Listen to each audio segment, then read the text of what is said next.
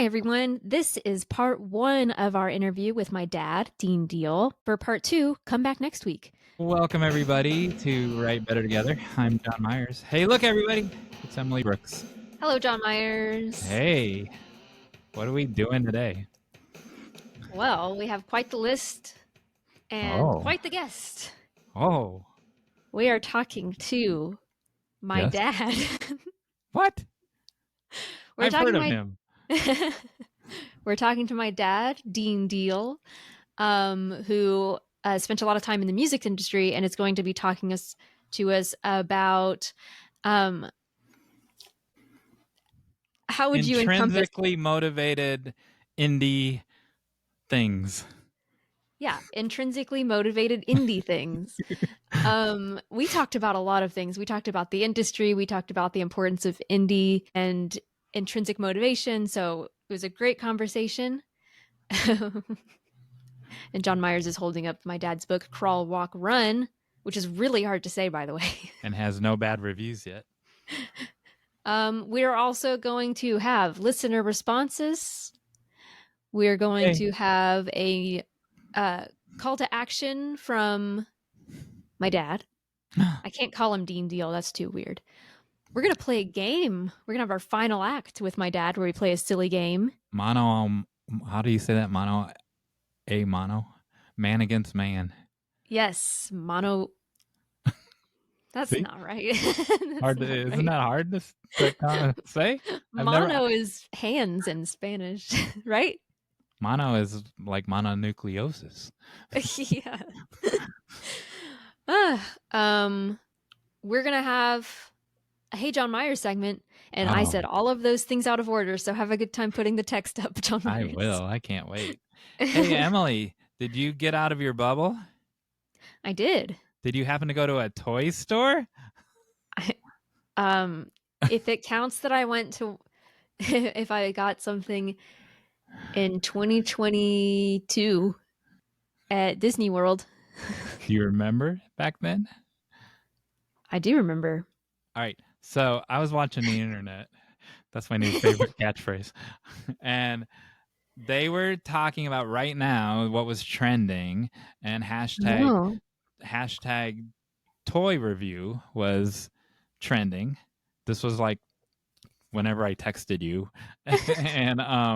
and then lo and behold, last year for 2023 they didn't say trending where, I think on the YouTube, it was in the top 10. Hashtag toy review was in the top 10. It wasn't in the top 5, and it wasn't number 10. So it was like 8 or 9, somewhere around there, was trending. And so now we can hashtag toy review for our getting out of the bubble. And didn't we talk today with my dad about not chasing trends? We also talked about reviews, which is what I'm going to tie into this. Cool. Imagine that.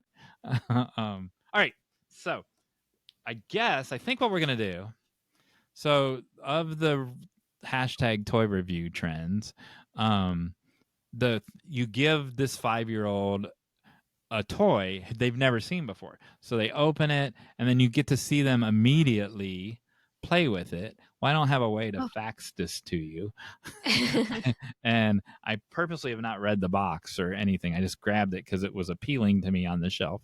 And so do you want to review my toy that's in my hand that I'm going to show you in a second? Or I thought I'd just let you decide. Or do you want to review the one in your hand as if it's the first time you saw it? And I will do it either way. You can review mine and I'll review yours. All right. You get to go first. Oh, okay. With the review or with showing the toy? No, with the review. Okay. Or do you want me to go first? No, go for it. All right. So show me, and then, oh, no, you're going first. Sorry. Sorry. I bought branded Hello Kitty. The Hello Kitty Boba Tea Shop build set. Whoa. For ages 6 and up. That's so appropriate for the podcast because we've talked about boba tea. I know. And for ages 6 and up, adult supervision required. Even if you're 6, you need your parents to play with this thing. Wow. Cute. Go ahead. I mean, this is the kind of thing I think I would have liked as a kid. I wasn't into Hello Kitty as a kid, but I definitely had similar things. Like it would have been like a dollhouse piece. But I think it's funny that they're going for more trendy things. Like boba tea is really trendy. So of course they're going to have Hello Kitty with bubble. Correct. They also had a food truck, but we talk about see, that also makes sense. So this is why adult supervision is required. Oh, goodness. Lots of tiny pieces. There's no way 6-year-old John Myers could put this together. It also has, it's like a Lego, like put it together. I would say this is for older than 6 years old. Nope. And then there's... I don't think a 6-year-old could do that. There's decals. Oh, wow. And they're tiny. Okay. So 6-year-old Emily, you need to be reviewing this. I was. Oh. I thought you were just commenting. That was your review. Yeah, that was me reviewing it. Look at all those pieces. I think it looks really fun. I think as an older kid, I would have really enjoyed putting that together. But as a little kid, I think that looks too challenging. But I also loved, since my dad's on the podcast, we liked buying things that we had to put together. Oh. Together. That's nice. So that could have been like a fun, like parent-kid bonding moment that they could put that together. It also looks too like it'd be really easy for it to come apart and then become... So child review, great. Parent review, that looks like a mess. That looks like something that you would vacuum up. 158 pieces. When I was pointing out trends, I didn't point out there was a ton of it was food, like ketchup and mustard, squirty tube, whatever those things are called, dispenser, plush animal, or hot dog and French fry erasers. So the stretchy bacon that I showed you, there was also a stretchy Lunchable that had 20 like little crackers and little pieces of ham and little pieces of cheese. But a kid would put those in their mouth. Yeah. I wouldn't play with that. So a lot of it was food related. Boba tea is food related. Yeah, weird. Food truck was food related. And look, I will end this, and then you have to give it a score or a grade. I believe that's cheese foam on top. Oh boy. Of that boba right there. A lot of cheese foam. Child review, 7 out of 10. 7 out of 10. Because it's not squishy. I just didn't love Hello Kitty, but I think just generally, I think it would be a great gift. Parent review would be lower simply because of the mess and the little pieces. So now all I have to do is have a child, and then she already has a toy. All right, I'm ready to see my review or my thing. I have to review. This is a very different. I have a feeling it's Disney related. It is. It's got to make an entrance. Is that R2D2? Is that a pink R2D2? I can't see. I'm looking around my camera. This is JRJR. JNJR. It's JNJR. Stands for John Jr. And my husband and I got this at Star Wars World. You bought a toy named after your husband? No, we named it, and he built this. They have a workshop where you can build your own droid, and it was super adorable. Many questions before I review it. Why does 6-year-old Emily have a husband? That makes no sense. You said to bring a toy that I didn't have as a kid, and this is a toy that I didn't have as a kid that I would have loved as a kid. And a child can play with it, so that fits that criteria. Oh, it talks too. Oh yeah, it talks. Here. It just lunged at me. Your dad thought we were throwing books at him. It's mad now. Oh. Does it really judge your mood? Or does it Does it respond to your mood? Does it get like I can make it mad or happy? Oh, I don't know how to do that. Oh. You said it got mad, so that's why. Oh, no. I was just saying it's mad. It's going to leave now, but then it fell off the table. No wonder it's mad. It fell off the table. What else can you tell me about it before I give it my review? It was expensive. Mine was $5. I'm not bragging about that, by the way. We just spent too much money at Disney. Is it as expensive as a $1,200 fountain pen? No. I didn't think so. Mine costs $5. I think I've said that 3 times now. I want some kind of credit for my frugalness. All right, I will give that, because I know that it means so much to your husband. I will give it an it's listening. It turned its head and looked at me when I okay, John Jr. I am rating you now 8.5. Woo, nice. Was it happy with that answer? It looks like if it's not happy, it lit up at me. It just made a sad sound. Oh. Oh, I hear that. Sorry, All John right, Jr. goodbye. You're not a 10. You're an 8.5. That was fun. Now we can hashtag toy review. Oh, if you have Lord. a podcast of your own, do a toy review and you can be trending. Except that this episode's going to come out in like 10 weeks.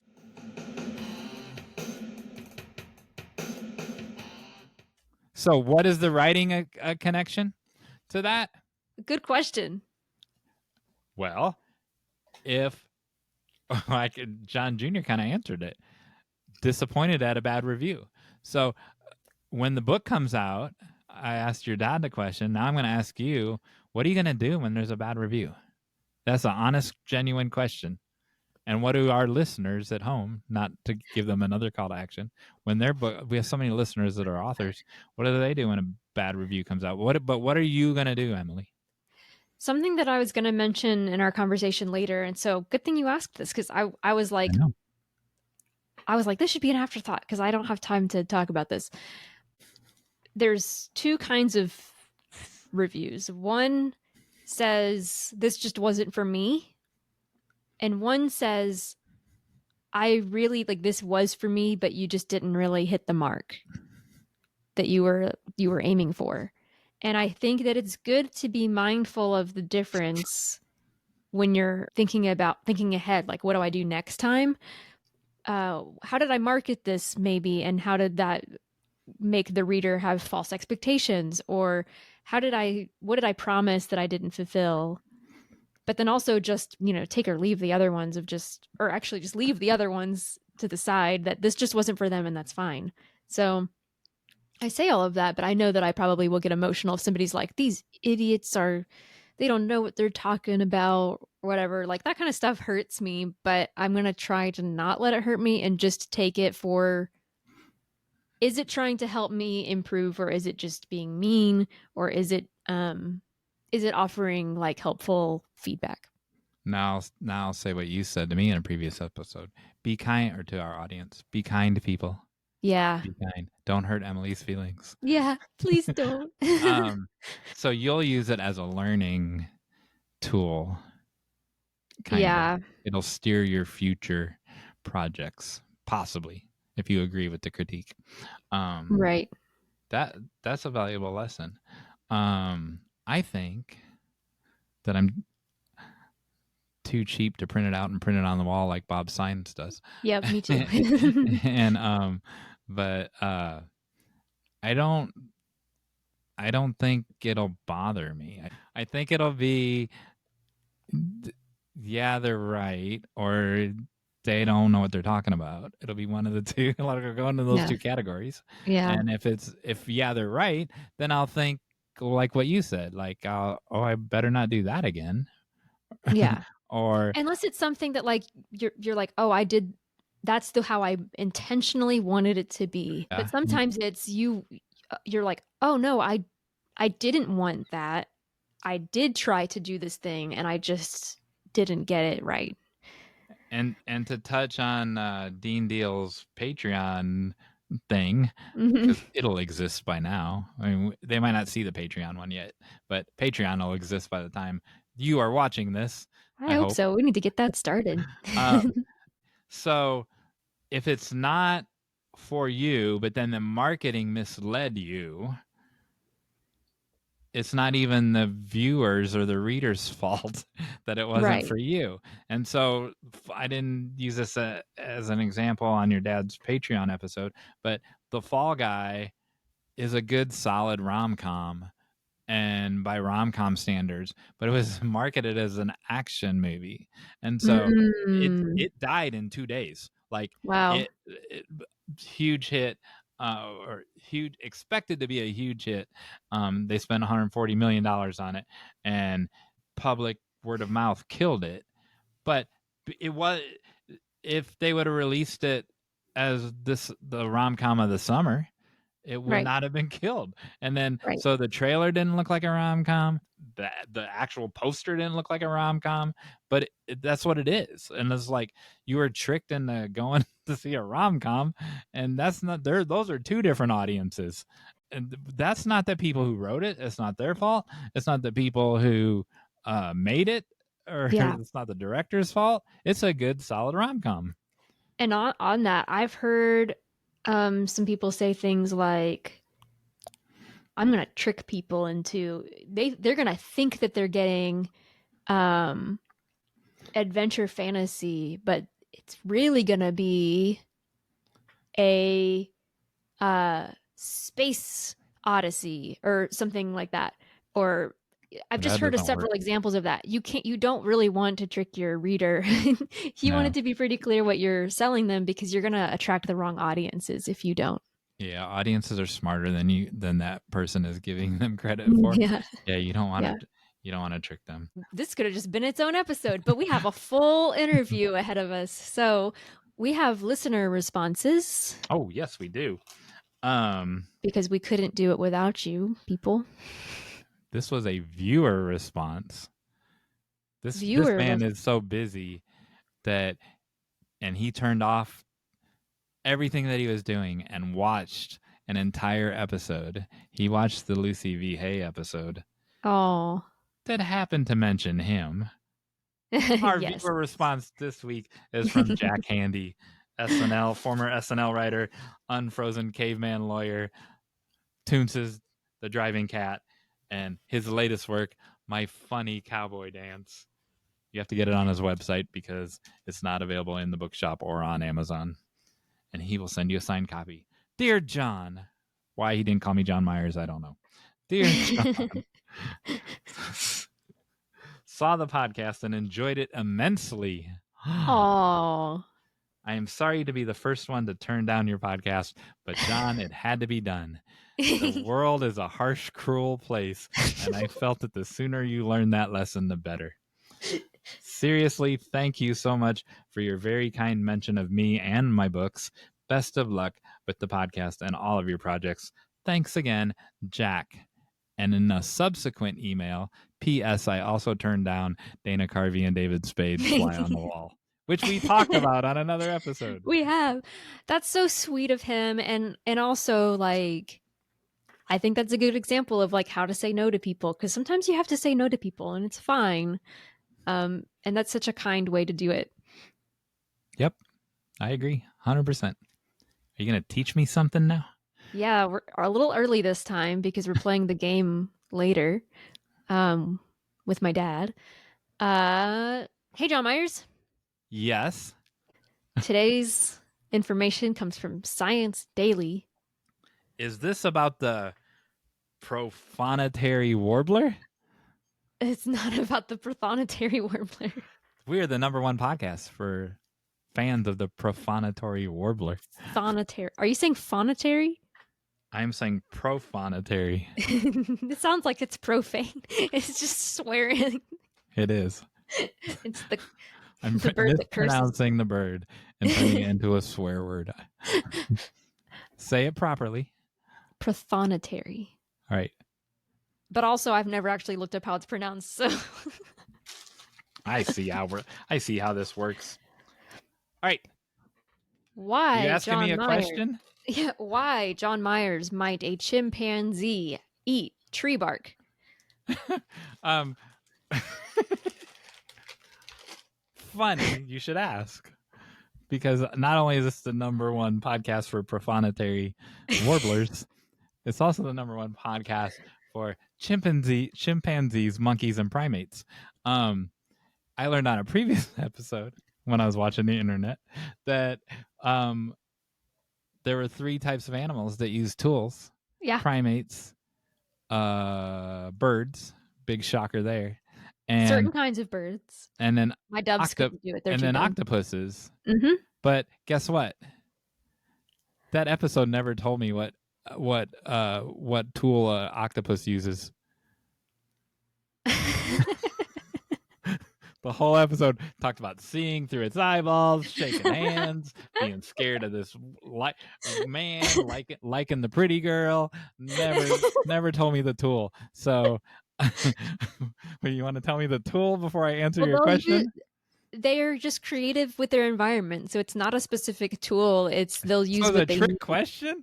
No, because the question was just what animals used tools. They do give an example of an octopus using a shell as a shield against one of those crazy shrimp with the powerful punches. Oh, the punching shrimp. Yeah. That needs to be its own Hey John Myers. Yeah, I know. Right. As I was saying, I was like, I'm giving away too much. So to answer your question, I believe that a monkey or a chimpanzee would use the tree bark to brush their teeth. Ooh, that's a really good guess. All my guesses are good. They use it for their medicinal properties. Oh. So this is an article that just came out this month. It's a story on Science News that chimpanzees, it says, appear to consume plants with medicinal properties to treat their ailments, according to a new study. So we've already learned so much about chimpanzees and how just intelligent they are, but this is taking it to the next level for me, that they can actually identify plants in their environment that are going to help them, because they have antiseptic and antibiotic and anti-inflammatory properties, and so they know this is going to help my body. I don't even know how humans were able to identify that, right? We know certain now things. We know, but the original ones, who was the first person that discovered whatever was anti-inflammatory. Exactly. And started putting something on your wounds or whatever. But so we're seeing chimpanzees, and it's gotta, my guess is that it would be not hereditary. My guess is that it would be passed down through generations, right? They would give them these things and they go, oh, this makes me feel better. And so this is what I do when I'm sick. Because they also said they're eating things that they wouldn't normally eat. So that would make sense. The mom monkey was taught by her mom that if you chew on this leaf, it'll get rid of your toothache. So right. She knows to tell the baby monkey that. And that's just me speculating because it wasn't in the article, but that's my guess. As we know, our speculation is fact. Yes. So kids that are listening, tell them you can cite us in your 3rd grade science paper. John Myers and Emily said. So, as you know, I like to also bring everything back to communication. Yes. And I don't have a question for this, but this is just an extra bonus fact. Chimpanzees gesture back and forth quickly, just like humans in conversations. So they have gestures just like we do. And this article this is also from Science Daily, says in a study, they collected data on more than 85,000 gestures over 252 individuals. I don't even have that many gestures. Right? And they said they found that 14% of communicative interactions included an exchange of gestures between 2 interacting individuals. Most of the exchanges included a 2-part exchange, but some included up to 7 parts. And so, speaking of gestures... Does that mean 7 gestures back and forth? Yeah. Wow. So what's funny is later you'll see in the interview, my dad's like, I feel so confined in this tiny screen because our video calls end up narrowing our space. And so he's doing all of his gestures in mini mode. And it made me think of this article. I was thinking that. That's too funny. So there you go. Did you just call your dad a monkey? No. It's terrible. Emily. Be ashamed of yourself. Speaking of Emily's dad. Oh, wait, You got to ring the bell first. Oh yeah, if you want more facts about chimps and octopuses, and And other things, Emily's dad. and my dad, be sure to subscribe. You can subscribe on YouTube or to any of your podcast listeners. You can subscribe to our email newsletter at if you go to writebettertogether.com and subscribe there. And also be sure to share a review. We would love that. And interact with us so that we can share your responses on the podcast. Yay. I learned so much on this show. Me too. Speaking of All right. learning, This man's going to teach us some stuff. yep. Here's our interview with Dean Diehl.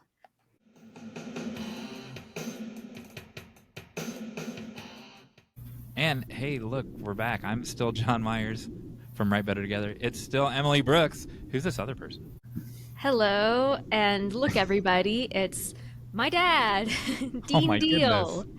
Your dad. I gotta behave. Dad's here. I gotta behave.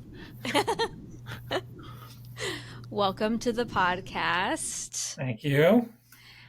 So, can you tell our listeners about yourself? Well, yes, I can. It's my favorite topic, actually. Just ask my students. No, I actually come from the music industry. I started in 1987 working in the music industry and did that. I still do. But mostly now I'm on the education side. Starting in 2008, I kind of started a two-path career where I worked in the music industry and then taught music business at a university. And now I'm focused just on the teaching side. But, 35 plus years of working in music on the record label side. Most of my experience has been on the record label side. And some of it has been, I've been an artist manager. And it's been interesting for a few years, all those years of working at a label and sitting across dealing with managers and artists, and all of a sudden sitting on the other side of the table. It's kind of fun because I know all the tricks when you've been on the other side so long. So it's like they would say, well, we have to do this. I'm like, no, you don't. Actually, I know. I used to have that job. But my most recent job in the music industry was SVP of Strategy and Innovation for Provident Entertainment, which is a division of Sony.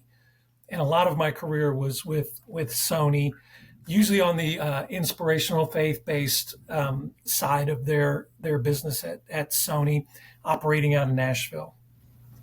Interesting. Well, while he was saying his bio, I just realized that's this Dean Diehl, the one that I conveniently had his book on the edge of the bookshelf here. I don't have to awkwardly find a way to pull it out and talk about my crawl, walk, run. Someone yesterday I was having an exchange about that book, and they kept saying, your book, Walk, Crawl, Run. And I was like, right, Wait. Let's talk about how babies do things. If you walk, crawl, run, usually meant you fell. When one goes, want to crawl, then we walk, then we run. And they kept doing it. Walk, crawl, run. I'm just like, I'm just going to send you a baby in the mail. Just watch it. I just read. So that's funny you said that. I just read yesterday up until the 1920s you could mail a baby. And now your dad just said that. I am not that old. But what are the odds that I have never heard that and I've heard it twice in 24 hours? I have never intentionally mailed a baby. Well, you can.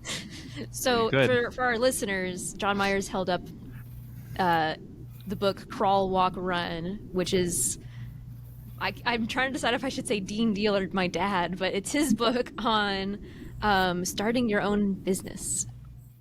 Which is something else I do teach. I teach all of the innovation and entrepreneurship classes at Trevecca in the undergrad, graduate, and the DBA. And so that's something I'm very passionate about. I'm very passionate about small business ownership. Why was the only non-deal, or I guess Emily's formally a deal, the one that held it up? You would think the two deals would hold it up. It would be awkward for me. I'd have to do that Richard Dreyfuss thing from What About Bob, where I'm like, there's a groundbreaking book. Let me see if I have a copy. grab And it then it's off the whole shelf We is got a whole shelf of just my book, and it's called Baby Steps, which is very similar which to is Crawl, very Walk, similar Run. That's a good to point. Crawl, Walk, Run. All right. So is this all? We're done? No. This was great. That did sound kind of final, all right, didn't it? Good to meet you. I feel very narrow. I feel like Yeah. I'm a big arm guy, Mm. and so I feel like I have to get my gestures here. Do this a lot. So Yeah. we wanted to talk about something we've mentioned on the podcast a lot is intrinsic motivation, but we've never actually really dived into that. And so, being someone who has worked with a lot of artists, why does that matter? Well, there are a lot of parallels between the music industry and the book publishing industry, and this is one of those main points. They're both, at their heart, they're both art forms, right? That have a long tradition. And for an art form to survive as an art form, you have to pay attention to both the internal goods and the external goods. And what we mean by that is kind of the intrinsic.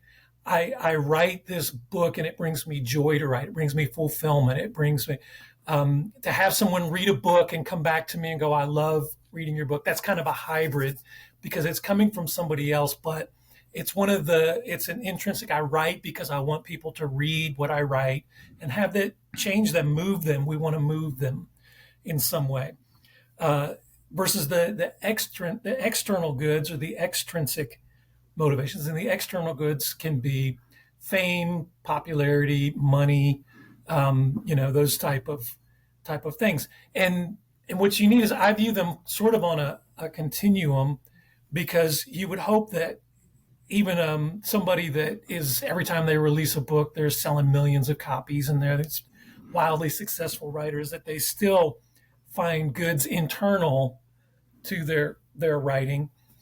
And people that write purely for internal goods, hopefully they find ways to get some of the external goods as well. There does seem to be a continuum in music. The continuum could be found in people like the artists.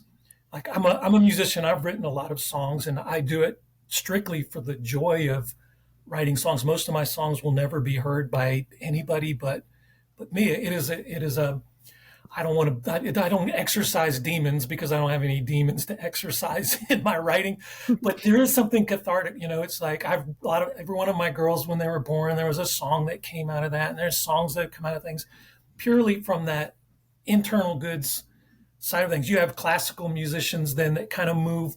They are getting their music published, but nobody knows it. And, it's very esoteric. They're moving the art form forward. I was a music major, and there's this guy, Schoenberg, who invented this 12-note scale and then mathematically created this thing that created the music kind of mathematically. And it was interesting, but it sounded terrible. So you have people like that.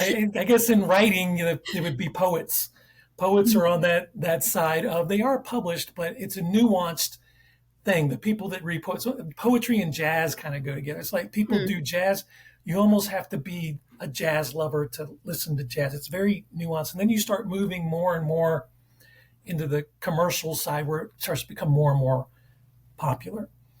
And the thing that I've noticed, Emily, in working with you, as you've kind of navigated your career as a writer, is the music industry seems to have a better support system for amateur and independent artists, particularly the independent artist.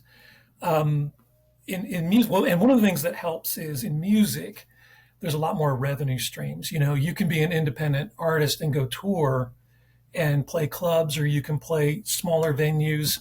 Every major city has hundreds of venues and opportunities for people to play. There's a lot of opportunities. That is very genre specific. Some genres are better than other genres at providing those opportunities. As a writer, you don't necessarily have that. Although you could do speaking engagements and things like that. Up until recently, distribution was a big problem, I think, for independent writers. and was a big problem for independent musicians. If you made your own music, you pretty much sold it yourself out of your car at a show. Whereas now there's very robust independent distribution options, which is happening in book publishing as well. I feel like book publishing is trailing behind the music industry there just a little bit. It's there, but it seems like you almost have to.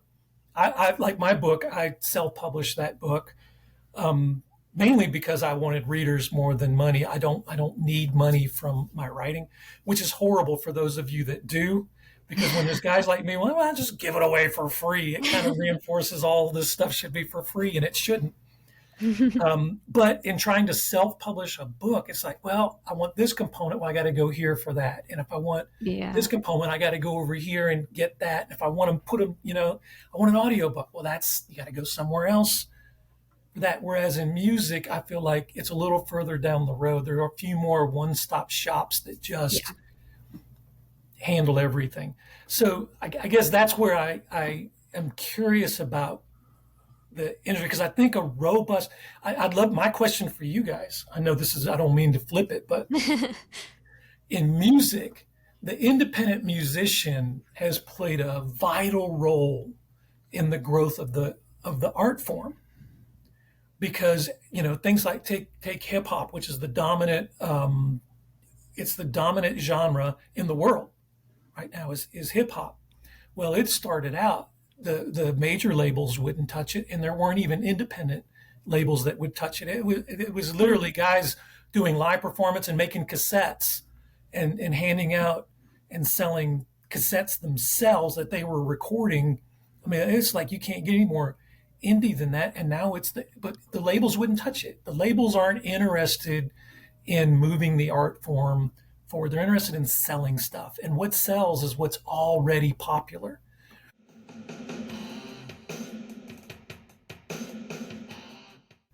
So is there a parallel there in writing? What has traditionally been the role of the independent writer? Is it similar?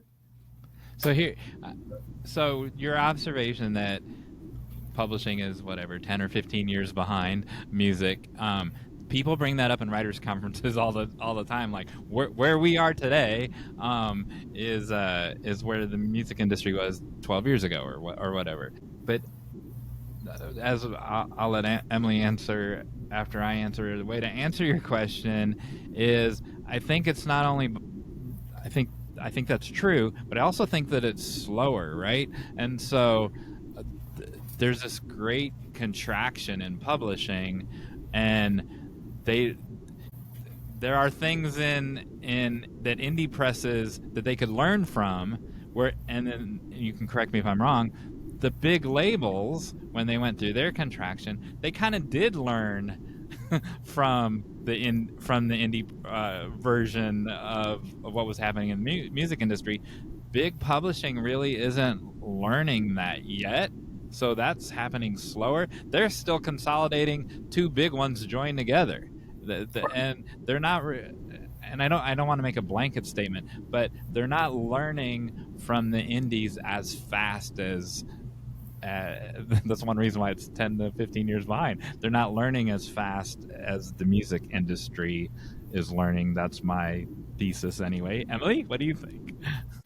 I'm feeling like I don't have a whole lot of knowledge on this. I do, I've listened to a lot of things about, what's going on in independent publishing, and it seems like a lot of the genres that are popular for indie publishing are already commercialized genres, such as romance. The more esoteric, like you said, innovative works, they're probably not doing as well, is my assumption.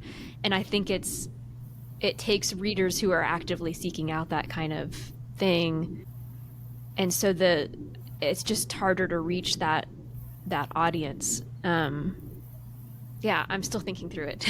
As indies were growing, the big 8 turned into the big 5.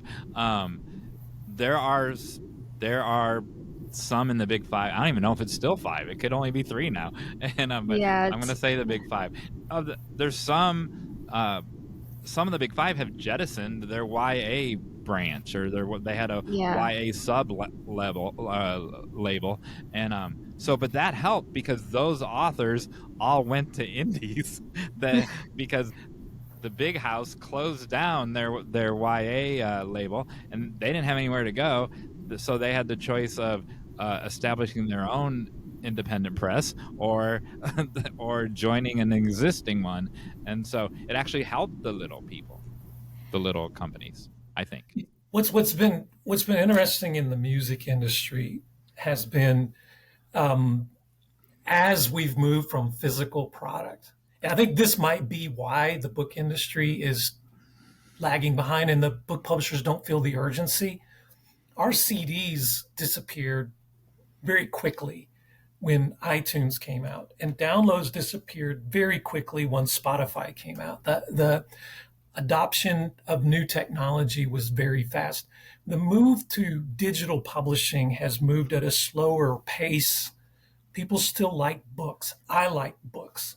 I don't like owning books because I've got a house full of books and daughters who love to give books as gifts, and I'm always grateful. And then, but I love to read with a book, but I also love to read with a Kindle. And back in the day, the reason that artists needed a record label was the massive outlay of cash to get your initial inventory out into the stores and the distribution network it took to place, CDs or cassettes or albums into stores. And you had to have connections with thousands of stores. And I don't know about the book industry, but in the music industry, you can't just call Walmart as an independent author and go, I've got a book for you. Who do I talk to? They're not going to talk to you. So when I teach this to my students, I'm like, labels provided money. They provided access, which is access to all these distribution channels. And they provided expertise. They knew how to promote a book and how to get it an audience. As we've moved into a digital realm, big chunks of what labels provide have gone away. Yeah. And because of that, you have artists that have momentum. They're out playing shows. They've got a following. They're able to have, thousands of streams a week. They've got momentum, and they're in a position to go, do I even need a label? And what's interesting to me when I've interacted with the book side, Emily, mainly with you, as we've gone through, and then here I work at a university. We publish all the time at universities for no money. You publish, but it's in academic journals and stuff. But the stigma with self-publishing is very strong in books, and it's almost the opposite in the music industry. It's almost like if you go the self-release, the independent artist route, the truly independent artist route, there's almost a purity to it, like you haven't sold out to do that. So why do you think that stigma? I feel like I flipped the thing again, but why do you think there's such a stigma attached to self-publishing where it's so much, it's like if you self-publish, it was because you didn't have a choice? The first reaction that I have is that I think we view traditional publishing and publishers and agents and all of that as the gatekeepers for good content. And so if you publish independently, then you didn't go through all the gatekeeping. And so the quality must be lower. And I don't think I don't think the stigma is quite as strong as it used to be, but I think it's still there. I mean, I definitely see that. So I agree with all of that. And I also think that in the last 2 years, in the last year, it's becoming more profitable to do it yourself. So I'm friends with John McNally. I've held up this book before. I was looking. So he's a fiction writer. He has 8 novels, 3 collections of short stories. This is one of his craft books. And, I feel like I've been attacked by a book. The Promise of Failure. And his last, I don't know when he was shopping it, but his last novel, I mean, he has the 20th anniversary of the Book of Ralph is this year, and it's on a major label, right? He's pretty big, and but everyone rejected his novel, so he put it out himself. And you make more money per copy yourself. than you do. Yeah. And that's a big name. So I think there's this impression that you only, which both of you touched on, you only go the indie route or and do it yourself when it's already been rejected by everybody. And as the big publishing, as the people that can reject you, that number is dwindling now. And so there's not as many people. You used to get 20 rejections. Now you can only get 5 rejections. And so I think some of that stigma is going away. Jack Handey, who we've talked about in the past and from Saturday Night Live, and who we'll talk about again in the future, his last 2 books, I'm going to attack you with another book. Here's the newest one, My Funny Cowboy Dance. But his last novel, same thing. He just did it himself. And because it's more money, unless you sell 100,000 copies, and let's say you're going to sell 10,000 copies, it's more money in your pocket if you do it yourself. I think that's what's interesting. That's what's interesting about what happened in the music industry. It's when you sign an artist at the beginning, it's the most expensive time, and labels will sign an artist. And because we don't have as much, we don't bring as much to the table because they can get distribution, they can get money. They're mainly leaning on expertise. And if we could make everybody a star, everybody would be a star. So there's a certain amount of luck that goes with something breaking. So we get them, we invest hundreds of thousands, if not millions of dollars. And then once they reach, like if you're an artist that's at the point where you're getting 1 million streams a week, you don't need us. You've got your own momentum, and momentum begets momentum. It creates momentum. And so one of the things that legitimized independent music was when the big artists started to go, I think I could do this. See how I did? I brought my gesture in. Yeah. Instead of getting big, I'm working within my little narrow frame.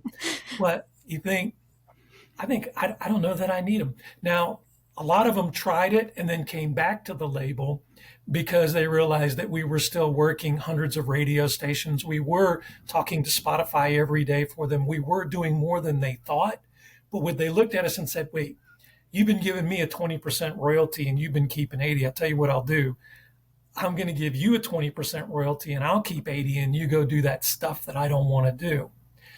But as the leverage has moved, I think I'm going to make a prediction, and it's not that hard, that the book publishing industry will continue to move this way, because I know a lot of big publishers. They're not physically big. They're just really important publishers. One of them is actually big, as well as being, okay, sorry, that's for my own amusement. But I know several very successful publishers, and they basically are looking for the writer to bring a platform to the table. Right. It's not like, like, I love this book, but if you don't bring a platform to the table, then I don't know how to sell your book based on just the fact that it's a good book. How do I get people to know it's a good book if you're not out there building a platform? Well, if I have a platform, then I don't need you. Because why am I'm getting you to give me a platform? And with fewer publishers and fewer big releases, the demand, they're not going to be able to, there's going to be more good content. Let me put it this way. When there was a whole bunch of publishers and not a lot of writers with access, they were saying no to bad books and saying yes to good books. Where we are now as an industry, they're saying no to really good books. Yeah. Right. Those books have to find a way to get out.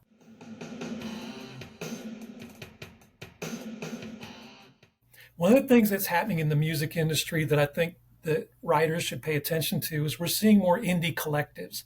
And one of the reasons I applaud what you guys are doing and love your podcast and all the other stuff that you are doing is it's almost an attempt to fulfill that indie collective sort of thing. Like we're all trying to solve the same problems. Oh, you just wait.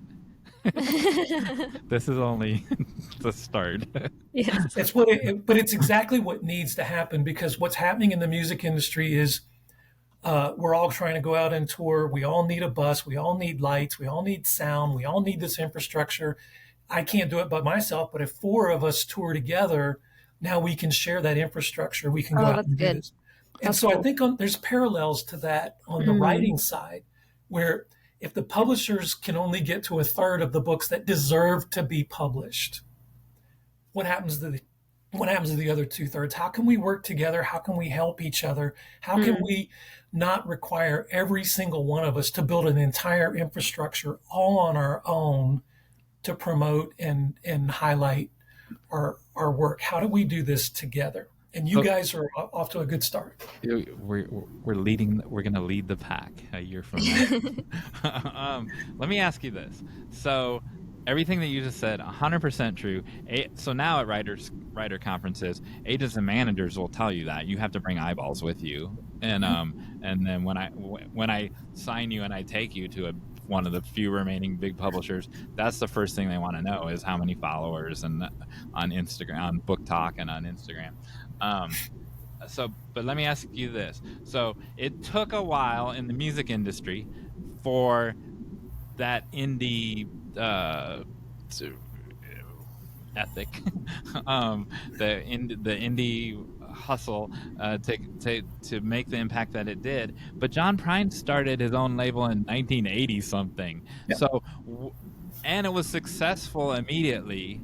Why did it take 40 years just look at what he did, and I tour and I can't think of someone in the 80s that toured like he did, and but Grateful Dead, and why didn't people look at that and go, oh yeah, why did it take till 2010? Well, it's like, why wouldn't an amazing pitcher at a AAA baseball team just keep playing in AAA? We don't understand sports. We don't understand sports. Is that one of the rules we forgot to mention? That's not a rule. We just don't. Yeah. We forgot to tell you that part. Every major league baseball team has a farm club where they've got smaller teams where the players come up. They put them like the Nashville Sounds. It's on a farm? Is that what you're saying? Yeah, it's on a farm, and it's really messy. They have a pitcher of iced tea. Slide. I'm not sliding. This is a farm. You don't slide on a farm. It's messy. What I thought. But right, continue. Sorry. It's like you've got this system in baseball where they bring along players and get them ready for the majors. And what happened in the music industry for decades was independent artists. There are always exceptions to the rule, but for the most part, you could take yourself so far as an indie artist, and then you're going to need national airplay, which costs tens, if not hundreds of thousands of dollars. And you're going to need national distribution, which is going to cost a network that you just can't do it on your own. There were ceilings that they would hit. So they had to kind of go, it's, if you've never read Ayn Rand's The Fountainhead, anyone who creates anything should read The Fountainhead, because the decision posited in The Fountainhead is faced by every artist is, do I follow my dream and take what comes, or do I chase what will make me successful in the eyes of everybody else? How do I define success? The indie artist faced that point. If I don't join a major, if I don't come over to the other side and chase this, then this is what my career is. And there's no such thing as stagnation. You're going to grow or die when you're building a career like this. So what happened, John, is that a lot of artists would start that path. We've always had a robust indie music scene, but it's always been a farm club. They're trying to get the attention of a major so that the major will then give them the money, give them the access, give them the expertise so that they could, thrive and reach the next level. What's happened now is, with the big distribution thing solved, where everybody can get on Spotify. If I upload a song to Spotify and you can find my song, it looks exactly like everybody else's song. It's not like I'm in Walmart back next to salty snacks, instead of out in front of the store, at the front of the store. It's positioned like everybody else. So that's a big check. Yeah. Radio is losing its influence. Radio for decades was the number one source of new music discovery. It's now fourth or fifth on the list. So that solved a big problem. If there's playlisting and there's all these things where algorithms are putting songs in front of people based on their own behavior, and there's ways for music to get out and be discovered. So I guess I think what happened is that the artists could get further on their own. And so more artists started to choose that, because there's no question in music, it may be more pressure than it is in the publishing industry. In music, there is a lot of pressure to give people what they want. And so it's like, great, you can do those songs, but you got to sing this song and you got to change this song and you got to change that. And that's where in the indie music scene, where it's almost like now cool to be an indie artist, is I got to make my music the way I wanted to make it. You're hearing the real thing, not some record label concocted formula for hits. I've got so many thoughts as you were saying that, and I should have written them down. But one of the friends of the podcast actually did a post today on Facebook. I've got this book written. I don't know if I should send it to my agent or just go ahead and do this on my own, because, and he got kind of political, and we don't talk politics on this podcast, but he was like, basically he didn't feel like the traditional publishers would want his book. And so it's like what you were saying, this idea of, well, if you go the more indie way, you can kind of do things how you want. And sometimes that's not even political. Sometimes that's just, you have a very niche audience. We're going to have Sandra Taylor on in a couple weeks, and her husband Howard Taylor does graphic novels, and he has a story that he shared on the Writing Excuses podcast that, and I'm going to get I'll probably get some of the details wrong, but basically he tried traditional publishing and they were like, you know what, we really just feel like you would actually be better off doing this on your own.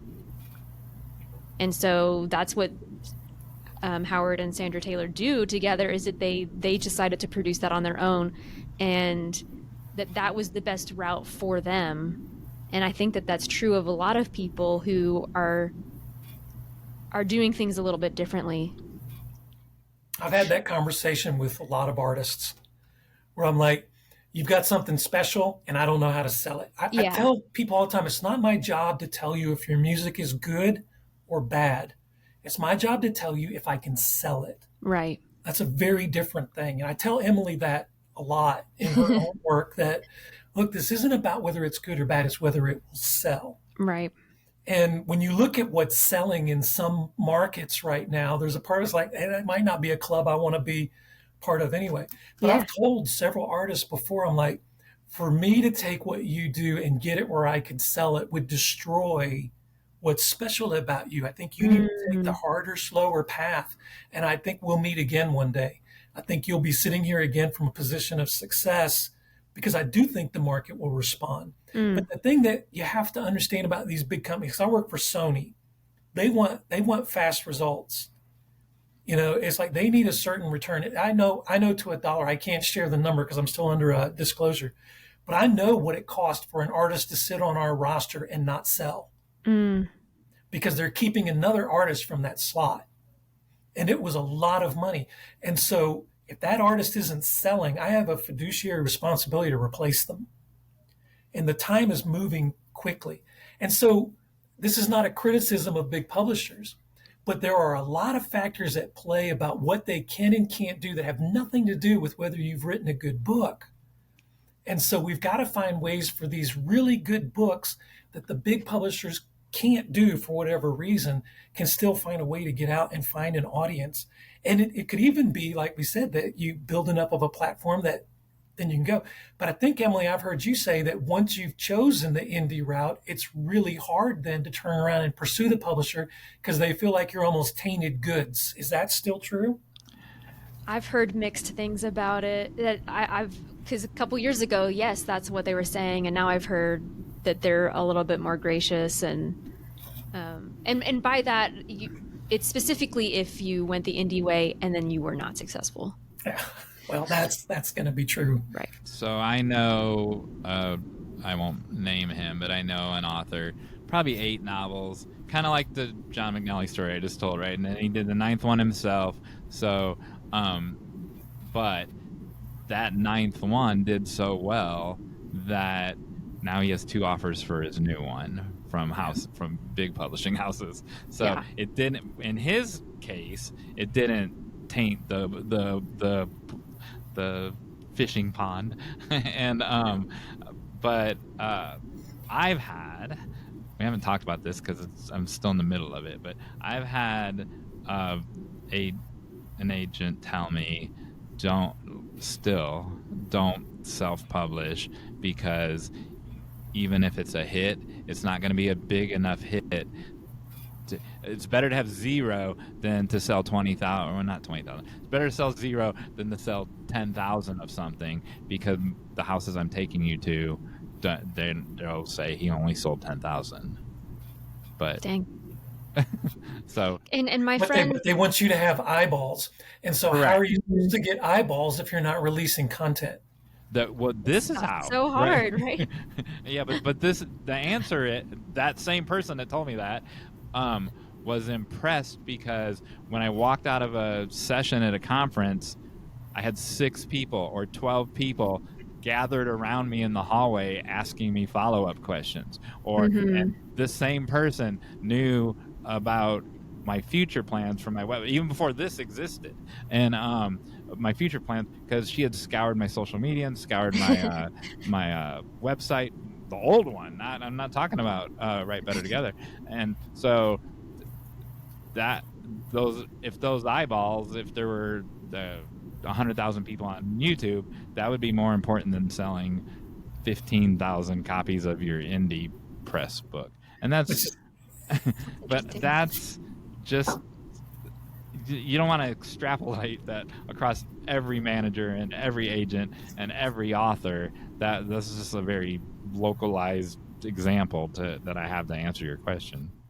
No, it's an interesting answer, because ultimately you're building the eyeballs off of something other than the content that you're asking them to invest in. Last summer, the 2 of the top 10 New York Times bestsellers were people from Book Talk. Then it was their first book. Yeah. So it got them the attention, and then people said, I want to read their book because I learned about them through this. That's fascinating to me.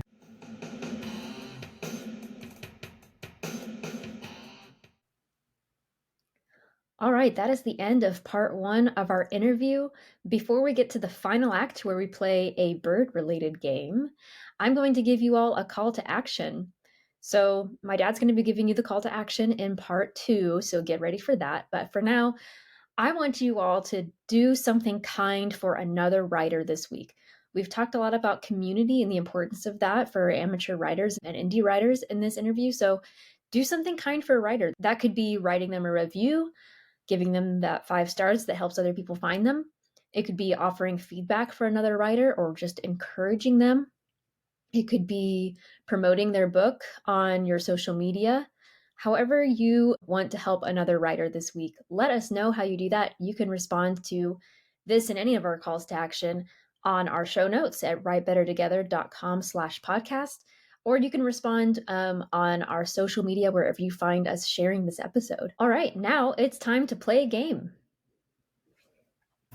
So I heard before, I was watching the internet, and I heard before this episode started that Emily was going to pit these 2 guys against each other. And I need to know more about this. This is the completely unfair game that I've created for you 2. Wait, Dean, first, there's 20 minutes of rules that where she explains the game. Oh, trust me, I know. First of all, we have to say that it's time for the final act. I made this for John Myers, and then was like, wait, my dad's going to be on. I should do this with my dad too. Great. But that means that he has an unfair advantage. What is the real bird? Oh, dude, I don't know birds. I know. There are 4. I know. In the so I was gonna say that when we opened this episode, I wrote down the name. I was like, the number 1 podcast for the thrombosis warbler, or whatever you called him in the previous episode. What was that one? I don't know. I'm sure that was wrong. That's the only bird I know. One that doesn't exist. The thrombosis warbler. All right, let's go. Let's play. So there are 4 real birds. Which 4 are the real birds? And I'm going to read them out loud for our listeners while you all are thinking through this. The rosy-crowned tit, the sooty-beaked grebe, the black-chinned sparrow, the gray-crowned rosy finch, the yellow-faced thrasher, the black-throated blue warbler, the yellow-bellied flycatcher, and the red-breasted sparrow. Well, first of And all, my dad- I'm not playing until I know what my prize is. I'm not I have losing. to say, I'm not my losing prize. until I know what prize your dad's gonna win. Because Is it a I bird? forgot to prepare a prize. This is the prize. For the little listeners at home, she reached out the window and grabbed the bird off John's the not going tree. to let you give that away. This was just next to me. This is a dragon painted by my husband. He's not going to let you give that away. We don't actually give each other the prizes. Oh, I have a whole box here of every prize you've ever won. Oh, yeah, me too. I will say, preparing this list, Sanitizer. I and my dad are bird watchers, if you haven't been able to tell from the other episodes. I've actually got this next to me as well. This was a previous prize in a previous episode. And I've seen a bird once in my life. And I still think that this is a really hard list. I made it as hard as possible. No, it's very hard. I only know one of them. All right. wait, so so is apparently that you true? don't have an advantage. No, that's true. The black-throated blue warbler would be one. Okay. So that's Well, gonna don't be give it away. That's gonna be my first guess. All right. So, do you want me to go first? Sure. Good, because I want to go first. So the black-throated blue warbler. I would say the sooty-beaked grebe or grebe. Oh, wait, I shouldn't give you the answers because then he's gonna. Should give you the answers. don't say the answers yet. I'll write down how many you Just got gave right. me one. I gave him one. Now you just gave me one. Yeah, you're right. That's fair. The gray-crowned rosy finch, and the yellow-bellied flycatcher. There's my guesses. I just picked the 5 or the 4 funniest names. Is what I did. All right, Dad. All right, well, I'm going to go with the black-throated blue warbler. I'm not going to mention the rosy-crowned tit because I think it breaks your show rules. I don't think she would have put that one if it wasn't real. So That's for real. But I didn't want to say it, so that's why I didn't Exactly. Exactly. I said it. I'll let the Diehl say it, but I'm not saying it. Yeah. I'm going to go with red-breasted sparrow. I think the yellow-bellied flycatcher might be a thing. It's a thing. I'm pretty sure on the sooty-beaked grebe. Oh, wait, no, you gave a thumbs down on that one. Even when you told me it wasn't real, I guessed it. That's a short-term memory thing. You'll find out in a few years. We won't count it. You can still add your final one. No, I don't need charity. Go ahead. No. You did a good job coming up with names. I'm going to say the rosy-crowned tit. Because of the logic I applied to it. Exactly. It has to be real. How could she put that in this thing if it That's why I wasn't said real? the grebe, because unless there's another kind of grebe, who would there's no way you made up grebe. No, there is a thing called a grebe. It's just not a sooty-beaked Oh, that's what it is. grebe. So here are the real ones. All right. Wait. Get your book out so you can. She has to look up all 8 of these now. I only wrote down that you got it right or wrong. I didn't write down. I should have done this in an easier way. Anyway, the real ones are the black-chinned sparrow, Oh. the gray-crowned rosy finch, Oh. the black-throated blue warbler, Oh. and the yellow-bellied flycatcher. Oh my Oh, goodness. man. So my logic was Unbelievably. wrong, and I have no idea if I guessed any of those. Unbelievably, Yes? I only got one. Dad got 2 correct. Oh. See, I didn't even John Myers got 3 correct. I know your daughter better than you do. What? And now what am I going to do with a dragon? It just means if we go to Vegas, you might do better on the slots. That's all that means. No gambling. I don't gamble. Oh, that's right. We don't gamble. It was pure luck. I didn't realize how good my made-up ones were. Yeah. No, they were good. You're the true winner because you made up such good names. All right, John Myers, you win the dragon. I know. What am I going to do with that? I don't know. I have a use for that. You just put it on the front. I'll put it on the front porch and scare away the birds. That's what I'll do. Dad, you win. Nice. There's a participation trophy now on this game. Yeah. All right. Well, thank you. Is your dad so much for joining us? Is your dad saying the catchphrase with us? Yeah, let's do it. We Does he always know it? say at the end of the episode that we couldn't have done it without you. All right, so we're going to If say you'll that. join us, we never say it at the same time, and it's fine. Nor at the same speed. Nope. Let's do it fast because I've already forgotten it. And Okay. it's Emily's favorite part of the show. Yeah. All right. We couldn't have done it without without you.